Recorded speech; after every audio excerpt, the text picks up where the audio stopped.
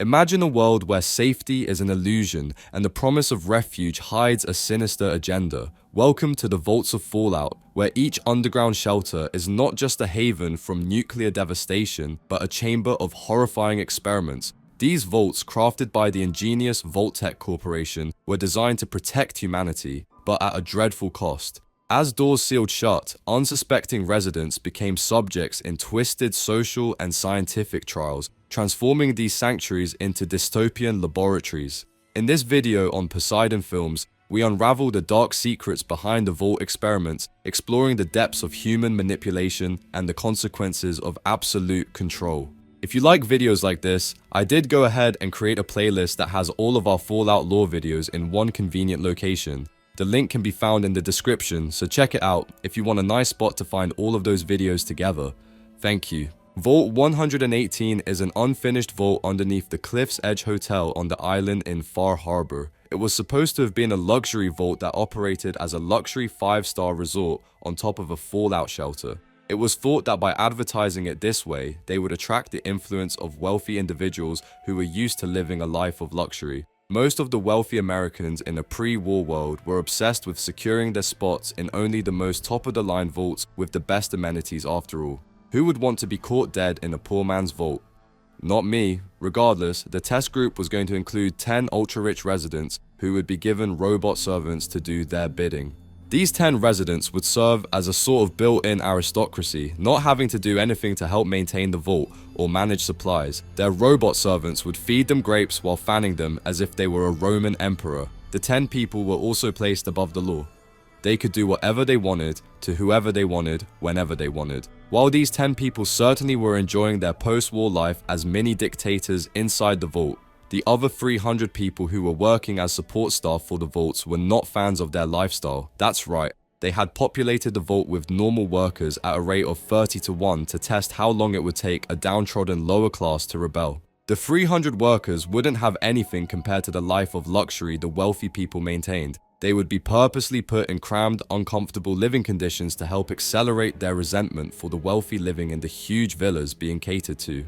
On top of this, they had segregated them to an entirely different wing of the vault. The environment had been set up to breed as much hatred between the two groups as possible in a short period of time.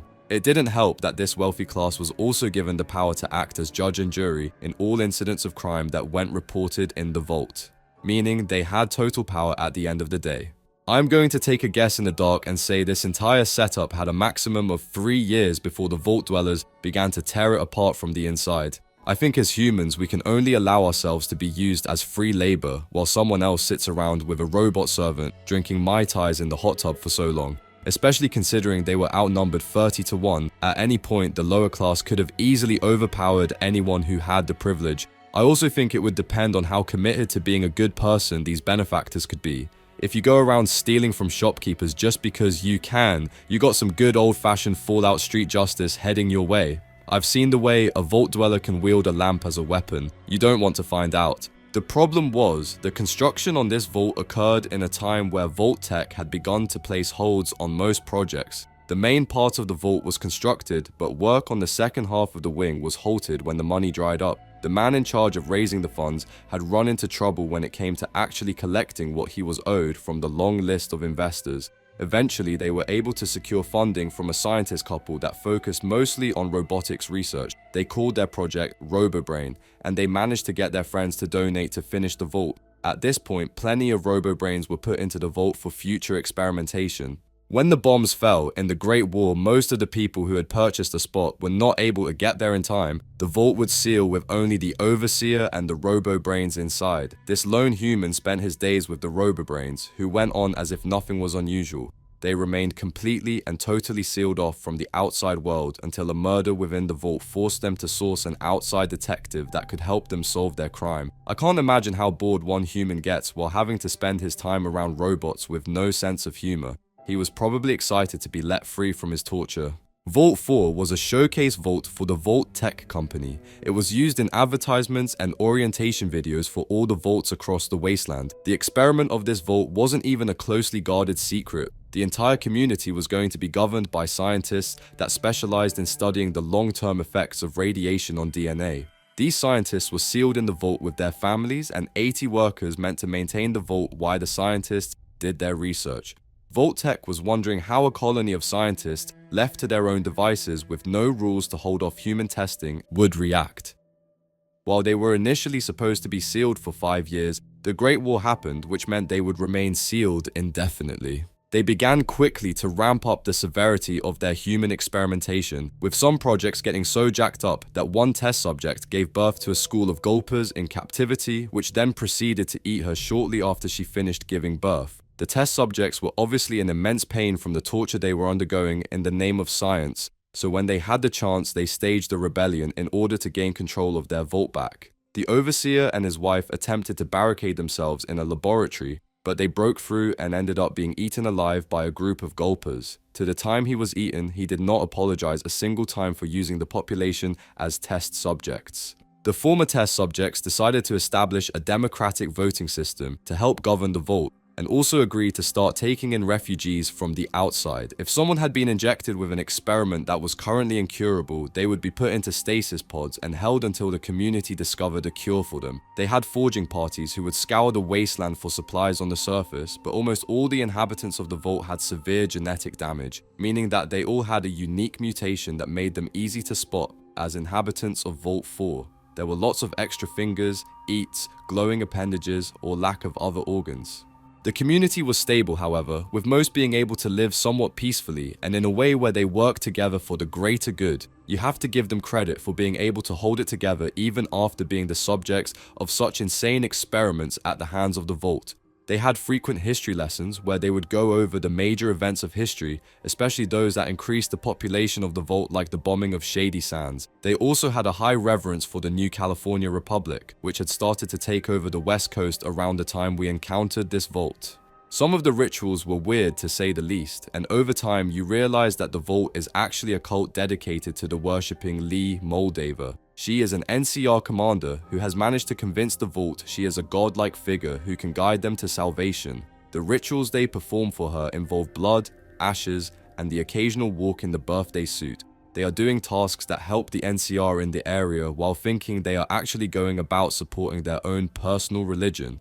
Obviously this was a smart play by Moldaver, but you do have to feel bad for the mutants who once again were the ploy of someone else's game.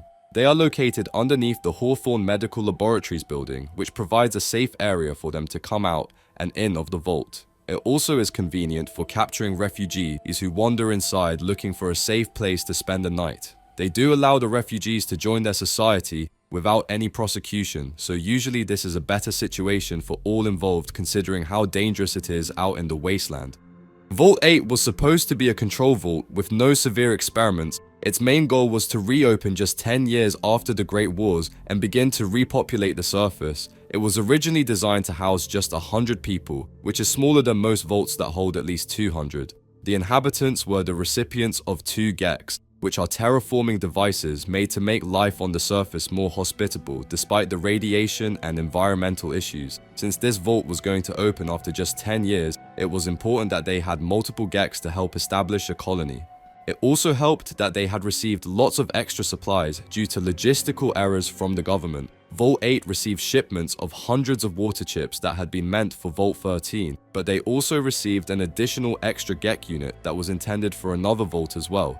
This set them up for long-term success. The water chips were crucial for maintaining their water supply because the chips notoriously go bad and leave the vault without any source of water. When you are trying to survive out in a tough wasteland, it's important to make sure you have a secure water supply.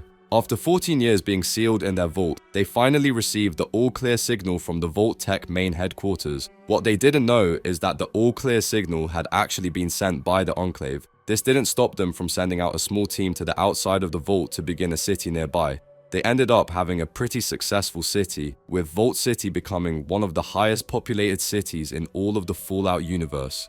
If anything, it could be quite a bit larger, but its expansion is controlled by the generator within the Gek. It can only support so much expansion before it is maxed out. As the city on the surface became more established, less and less people were living underground in the vault. Most of the inhabitants began to move up to the surface. By the mid-2200s, the only real purpose that the vault had for the community was to store medical supplies and the doctor using the medical facilities to treat city inhabitants from up above. This is honestly one of the only vaults in the Fallout universe you can consider a strong success. I guess that is the benefit of being a control vault. You didn't have a team secretly sabotaging your every move. This one is sad because it shows what could have been if Vault-Tec had decided not to torture all the groups of people that had entrusted them for safe passage through the apocalypse. Vault 13 was the last vault to be completed on the West Coast. It cost Vault-Tec over $645 billion to complete and was only supposed to operate for a 10-year period. It was one of the larger vaults with a population of 1,000, but their sleeping quarters were going to be a bunk system with up to 10 inhabitants sleeping in each room. It was also equipped with an experimental weapon that used photoelectric properties to harness the power of the sun in a weaponized manner. The vault was so large that it had heavy machinery for additional construction, a large farm, and a water purification plant that worked off an underground river. Dwellers were known to throw great parties while sealed, and they were provided with enough entertainment to make sure they wouldn't be bored through the 10-year period they spent sealed inside the vault. The vault had limited armed security considering how many inhabitants were in the vault, and the small armory left some wondering how they would be able to defend themselves from the wastelanders outside. If there weren't enough weapons to go around, they would basically be sitting ducks for any raiders in the area that wanted to plunder them of their supplies. They had 3 Garden of Eden kits that would allow them to make a sustainable farm up on the surface world, and most of the vault dwellers were cautiously optimistic they would be successful with their quest to colonize the surface once more. Vault 13 was also considered a sort of control vault, and they were going to be useful to the Enclave's bigger plans to rebuild society. What they hadn't told the vault dwellers is that the doors were not going to open after 10 years, rather 200. This was to see how long the population would be compliant with the delayed repopulation of the surface. One huge problem for Vault 13 came when 100 years into their isolation, their water purification chip failed. They were supposed to have received additional chips from the government, but they had been accidentally sent to Vault 8. They began to send out dwellers to other known vaults hoping to find a water chip, but most were either killed or turned into ghouls. Finally, one dweller was sent out when the vault had just 150 days of water remaining and was able to recover a water chip from Vault 12 and return in time to have the water purification plant stay operational. Around this time, a group of vault dwellers began to threaten to separate by force in order to complete what they thought was the goal to repopulate the surface in their lifetimes. However, the news of Vault 12 pumping out mutants at an unprecedented rate also scared the Overseer, who felt that this was an imminent threat to the Vault. He sent the same dweller to destroy the Master and take out the mutant army that was set to take over the wasteland with ease. You would think that this dweller would be given a hero's welcome for taking out the super mutant threat, but when he returned to the Vault, he was banished into the wasteland by the Overseer. The Overseer was convinced his success would motivate more people to seek their fortunes in the wasteland, and he just couldn't have that. The Vault was obviously furious with his decision. Many rebelled and ending up separating from the Vault. They ended up being able to establish successful settlements on the surface, but the Overseer lied to the remaining Vault dwellers and said that everyone who had left had met their fate shortly after journeying to the surface. The Overseer was put on trial when this was discovered and was sentenced to execution for his lies to the people. After this, the position was abolished and a true democracy was founded underground. This was not the end of Vault 13's troubles, however.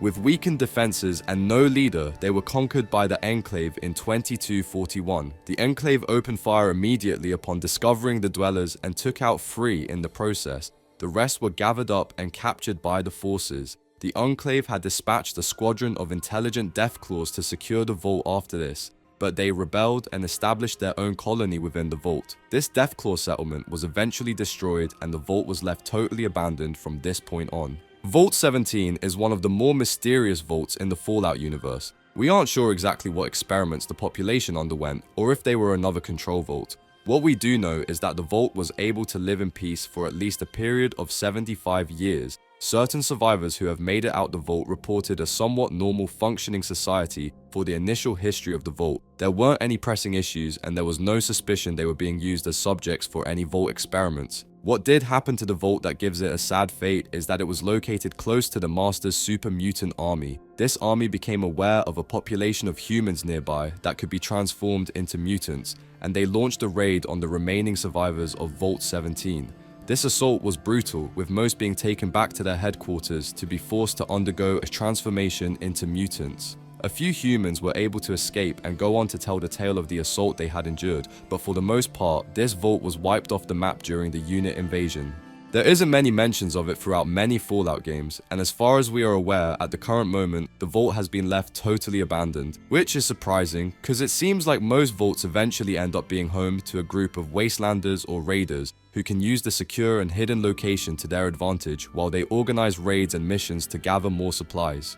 Vault 34 was one of the most luxurious vaults constructed before the Great War. The social experiment in this vault was that it was extremely overstocked in its armory. Imagine a vault having the Second Amendment. That is the level of arms we're talking about here. This was supposed to test if an armed population would fare better or worse with a vault lifestyle. On top of an overstocked armor, they had huge living quarters with all the amenities you could imagine, including an Olympic-sized swimming pool in their vault. This vault was so easy to live in that the population actually eventually hit their limit. Whenever vaults hit their population limits, periods of political instability tends to follow. After all, these vaults are designed to support a very specific amount of people, and overpopulation usually leads to food shortages and cramped living conditions that make a ripe environment for a mutiny.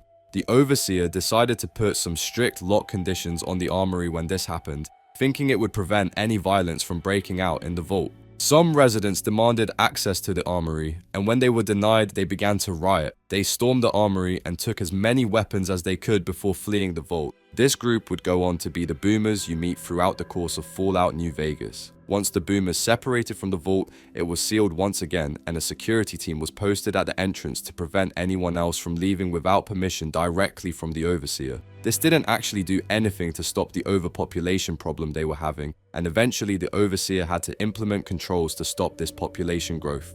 This triggered another riot where most of the cooling vents for the reactors, the main computer system, and most doors were broken in the process. The radiator wasn't able to properly cool at this point and began to expose anyone living in the vault to massive amounts of radiation. Some of the survivors attempted to repair the reactor but would succumb to the radiation and turn into ghouls shortly after. When they started trying to escape to the wasteland, they found that their vault door was sealed permanently, locking any remaining survivors in with the radiation leak in full effect. As of this date, there are still people living in the vault. Their overpopulation problem has stopped due to the massive amounts of radiation. Most of the population has transformed into ghouls at this point, and few had been exposed to so much radiation that they would glow even with the lights off. The radiation from the power creation has started to escape the vault and cause problems on the surface for NCR farmland that has been ruined by the extreme amounts of radiation now present in the soil. Vault 101 is located in the capital wasteland region of the game. It is the home to the Lone Wanderer before his excursions out into the wasteland takes place. It was constructed throughout the 2060s, and its original plan was for the vault doors to just literally never open. They wanted to study how the Overseer would be able to maintain control when the plans went awry. They knew that eventually the inhabitants would get restless and want to be let out of the vault. But that wasn't really their problem, considering they weren't going to be in the Overseer position. The mandate was established with the Overseer to under the doors under absolutely no circumstances, and the vault originally went about its survival pretty smoothly. The Overseer, however, was not one to listen to Vault Tech guidance once the bombs had dropped, which honestly was for the better. Let's be realistic, if there was one thing you could have done to increase your chances of survival as an Overseer, it is taking their instructions and throwing them in the trash. They opened the vault unauthorized several times, but were not careful enough with their security protocol. Rad roaches ended up infesting the vault in large numbers, and the population had to wage a literal war with the pest. They would beat the beast back, thinking they had secured a victory and could go back to their lives as farmers within the vault, just for an even larger infestation to raise its ugly head down the road. Rad roaches are a lot like their real-life counterparts. Once you have an infestation, it is almost impossible to rid yourself of their presence. At least modern cockroaches don't have the ability to eat you alive. Vault 101 had been given a large surplus of supplies since it was intended to never be opened. It had spare parts for almost all major equipment, but did not receive a GEC device, which made settling the surface world much easier. At first, the Overseer maintained control by telling everyone in the vault that the surface was a total hellscape in which no one would be able to survive. They even went as far to create fake radio transmissions that sounded like the vault was the only hope of survival for humanity. The next Overseer began to bring more senior vault dwellers in on the experiment, but obviously the more people are told about a secret, the more likely it is to get out. With time, they became less convinced of their original orders. At this point, we are talking about the 6th or 7th generation of vault dwellers down below. They had no direct loyalty to Vault-Tec and wanted to make contact with the surface. They sent a recon team out into the wasteland to get a real report of conditions, and they ended up discovering Megaton nearby. They came back to the vault with some specimens and soil samples from the surface and maintained contact with the city of Megaton. An overseer by the name of Alphonse Almodovar was made overseer in 2258. He was the one who took in the lone wanderer and his father when they appeared at the vault seeking safety and shelter. The boy was young enough that one of the conditions of their acceptance would be convincing him he was born in the vault. Shortly after this, the water purifier began to malfunction, but was put together with homemade repairs. During a period of radroach infestation, a population of disillusioned vault dwellers attempted to make an escape, but the lone wanderer was one of the few to make it out. After this event, the Overseer cracked down even harder and became oppressive to maintain their control. A rebellion emerged which eventually demanded the vault be opened to maintain open trade with the outside world. Shortly after this rebellion started, they were contacted by the Enclave, who was requesting access to the vault. The Overseer had become so oppressive that he declined, and a rebel group began to send out emergency distress signals to the lone wanderer. Eventually, you help free the vault dwellers from their insane overseers, leaving them free to make their own decisions. Vault 88 is an unfinished vault in the mountains of Appalachia. It was left mostly unfinished before the bombs dropped. The main parts that had been completed included the entrance, security, and reactor rooms before work ceased. Raider groups are known to do their best to try to gain entry, thinking behind the door sits a loot pile of vault dwellers and survival supplies. It would be pretty funny if a raider group expended all their resources to break in just to have to battle security and find no supplies left behind. Eventually, a different vault dweller was able to gain access to the vault with his Pip-Boy. From there, they discovered the unfinished state of the vault and left it mostly untouched. It is located in the bottom of a small cave underneath the Quincy quarries. Originally, it was intended to be used to test prototype devices before their distribution to the other vaults still online. It's unknown what types of weapons would have been tested here, and if any of them have made their way out into the wasteland. Vault 76 was a part of the Fortunate Control Group that wasn't supposed to have any sadistic experiments. It was supposed to be able to hold up to 500 people, but construction blueprints show it was actually built to have a maximum capacity of 88. The vault was supposed to open 20 years after the bombs dropped, so the inhabitants could go recolonize the Appalachian mountain range. This came to be known as Reclamation Day within the vault, and was almost worshipped as a religion by the most die-hard vault dwellers. The Overseer was told that Vault 76 was crucial to the future plans for the human race, and most of the inhabitants had been handpicked to be smart individuals from the nearby university that would be ideal candidates for building civilization once again. Along with this, they had soldiers, government organizers, and engineers. Each of these people had a small apartment with a color television to help the time pass as they waited 20 years to go onto the surface and proceed with their mission. One issue with vault life inside was the fact that everyone had been an intelligent leader on the surface. This made it hard for them to accept leadership from other individuals. The egos caused flare-ups within the vault from time to time. Vault-Tec knew this had the potential to be an issue, so they had equipped the Overseer with a lockdown protocol to keep problem inhabitants in their apartment alongside giving security less than lethal tools to keep the population in order. Thankfully, most of these weren't used often. For 25 years, the vault went on sealed from the outside. The survivors of the war began to wonder why the vault remained sealed after the Great War for such a long period. The long sealing of the vault led the local population to develop a perception that vault dwellers were living in luxury and allowing them to suffer in poverty on the surface. By the time Reclamation Day drew near, things had become extremely tense within the vault. They had exceeded their maximum capacity by some margin, and the cramped conditions were frustrating for everyone. Everyone was anxious to get out onto the surface. They were let out into the wasteland to try to figure out how to live on their own. The vault was designed to cease being operational 24 hours after its opening, so like it or not, they had to figure out how to adapt to life on the surface. Vault 96 liked to call itself the Ark for an atomic age. It was the world's largest cryogenic storage facility.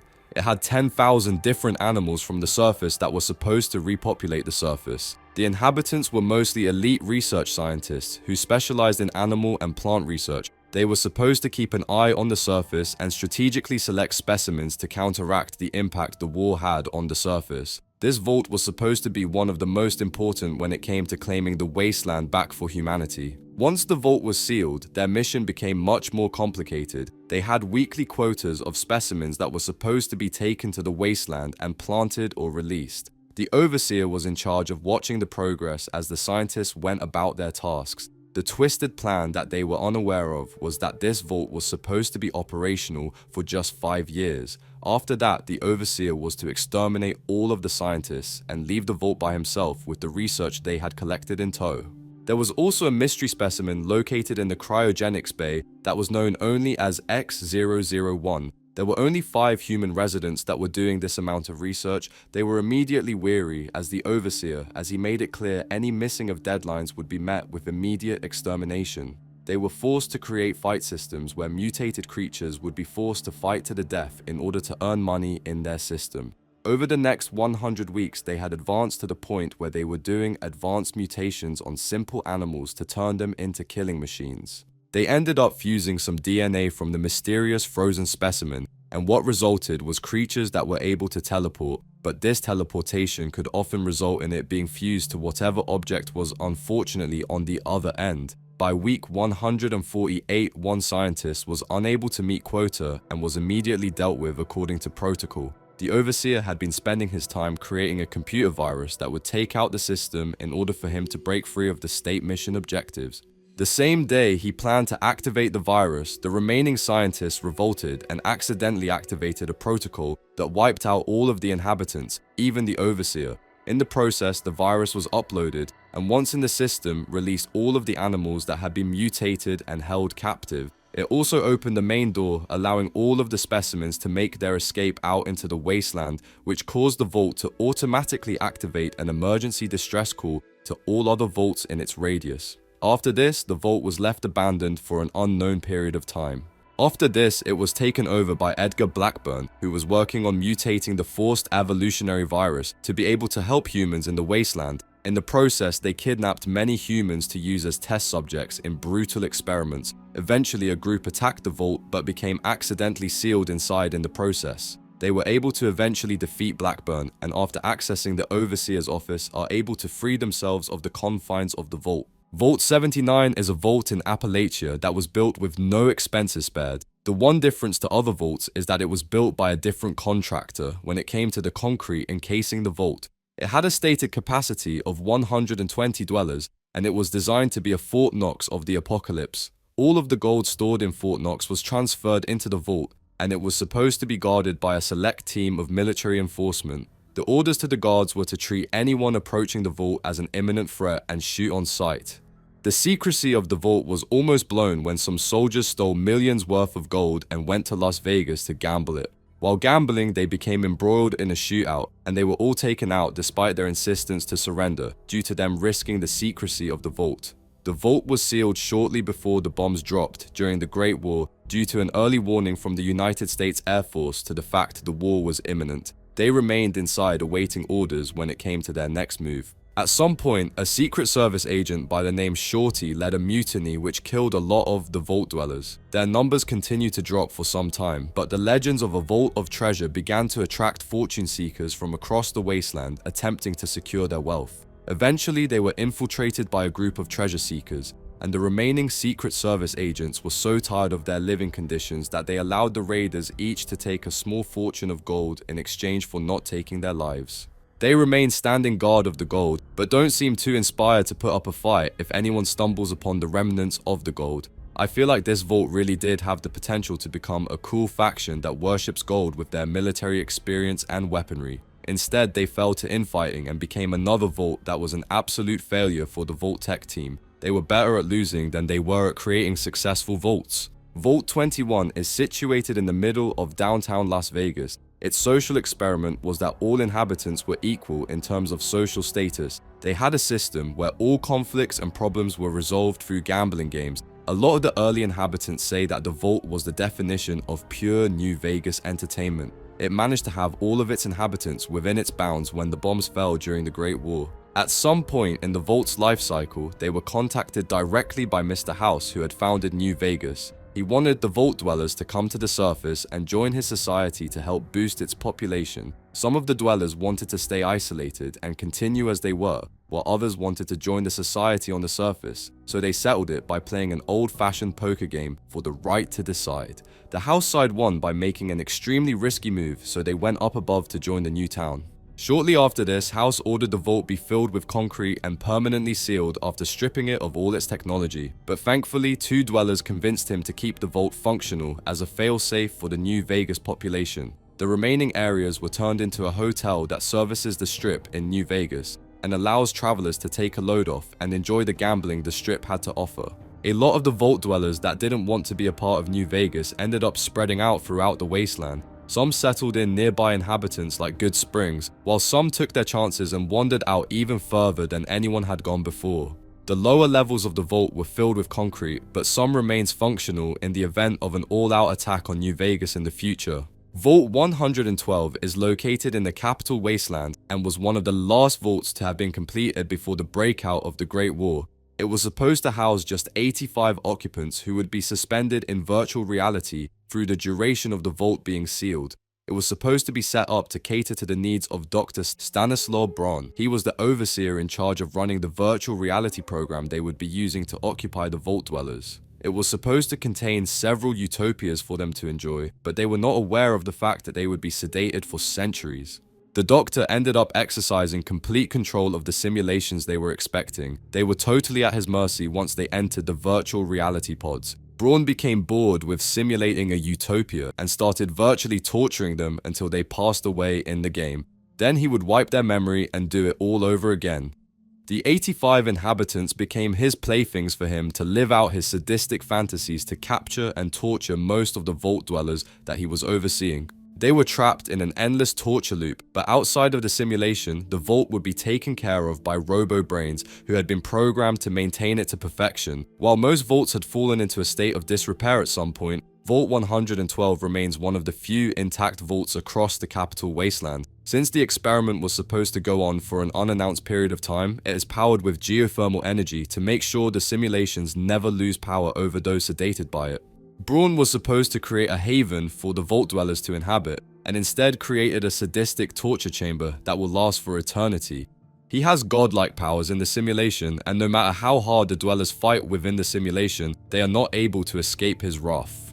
Vault 31, 32, and 33 are all linked by being a part of the same experiment. They are all linked, forming a trio of vaults helping each other survive. The thought is that if issues pop up in one vault, they would be able to seal off the issue and continue as desired. One of the executives of Vault Tech, Bud Askins, wanted to use the vaults to breed a population of super loyal Vault Tech workers who would be willing to lay down their lives for Vault Tech as they overtook the wasteland. He handpicked the inhabitants of the vault to have desirable genetic features he wanted in the army. The executives charged for this mission were cryogenically frozen, and when the time was right, they were unfrozen and charged with grooming the participants into being die-hard supporters of the mission. Bud acted as the overseer of Vault 31 by being placed inside of a robo-brain that could rule with his guidance. Every 3 years, they would conduct a trade with Vault 32 and 33 that helped blend populations and transplant culture. Vault 32 was a part of the experiment, but eventually had a civil war when the population learned they were actually guinea pigs for an experiment for Bud Askins. They knew their overseers were frozen executives from time gone by, and realized they were just a breeding pool for the soon-to-be Vault Tech army that would rule the wasteland. They got rid of the overseer and his staff and then broke into factions within the vault, hoping to gain control and rule to their own desire. This civil war prevented them from farming crops or purifying water as needed. As supplies dwindled, the survivors attempted to mount an assault on Vault 31, but no matter how hard they tried, they weren't able to break through the door to the other side. The survivors all perished in their attempts to break into Vault 31 and take control of the cryogenic chamber. Askins then cut off all communication that took place between Vault 33 and 32.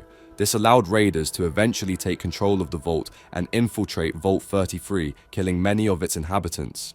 Vault 33 was the last of these 3 experiments, and while it went on successfully for hundreds of years, it was eventually attacked by the raiders who had infiltrated Vault 32. They decided to keep some of the surviving raiders as prisoners, and this exposed them to what life would truly be like on the surface. This had an impact on the psyche of vault dwellers who decided that they were no longer interested in prolonging the vault experiment beneath the surface. Shortly after this change in psyche began to occur, a new overseer was elected that happened to be a part of the Bud Askins executive team. The very next day, all 16 prisoners were found dead of suspectedly eating rat poison. I think that this is very suspect timing, and it's likely that Bud Askins ordered the prisoners be taken care of, due to them starting to affect the loyalties of Vault 33. After this, the population was split to make sure they couldn't organize. A dweller managed to impersonate the Vault Overseer to have Vault 31 open the doors to their vault. But as of the time of writing this, not much is known about what occurred after this door was left open. Vault 1 was constructed in the Midwest on a cliffside outside of town. It was the first vault commissioned by Vault-Tec after the success of their display vault in Los Angeles. During the Great War, the inhabitants received a military escort to the vault before descending beneath the surface unaware of what awaited them. The vault initially went through a period of chaos due to the overseer not being present immediately following the Great War. Some random staff member was made overseer and tasked with maintaining the community. He stepped into an absolute dumpster fire, considering that the life support systems were not functional alongside the generators not being able to generate enough power. The new overseer managed to oversee a team that was able to stabilize the vault system to make sure the society was able to thrive. That is all that is really known about the current status of Vault 1, as it remains one of the most mysterious vaults within the Fallout universe. That is an explanation of many vaults within the Fallout universe. If you enjoyed this, please check out the playlist in the description that will take you to the rest of the Fallout lore videos we've released. If you watched this far, you should also just take a second to press the like button and comment, because it really helps with the algorithm, and we are really trying to hit 10,000 subscribers this year, and we would really appreciate your support on the journey. Last week we released a Fallout lore video about the origins of super mutants, so be sure to check that out. Thank you for watching.